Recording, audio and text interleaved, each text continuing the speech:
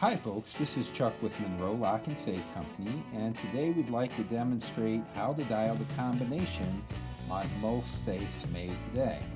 And we're going to be demonstrating on an AMSEC TF5517 gun safe with a Sargent & Greenleaf lock, complete with a locking dial and an anti-spy ring around the dial.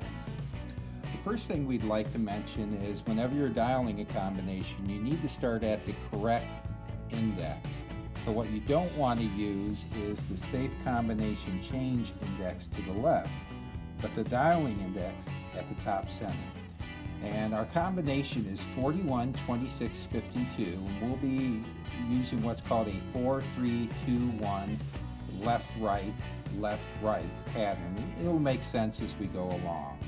So first you want to turn the dial at least 4 times to the left. And incidentally, we say at least 4 times. It could be 44 times because at this point you're simply gathering up the wheels on the back of the lock. But you want to do it at least 4 times, resting on 41 the 4th time. After this, it gets a little bit critical that you follow the correct number of turns. Next, you're going to turn the dial in the opposite direction to the right 3 times to the second number and stop at that, which is in this case 26.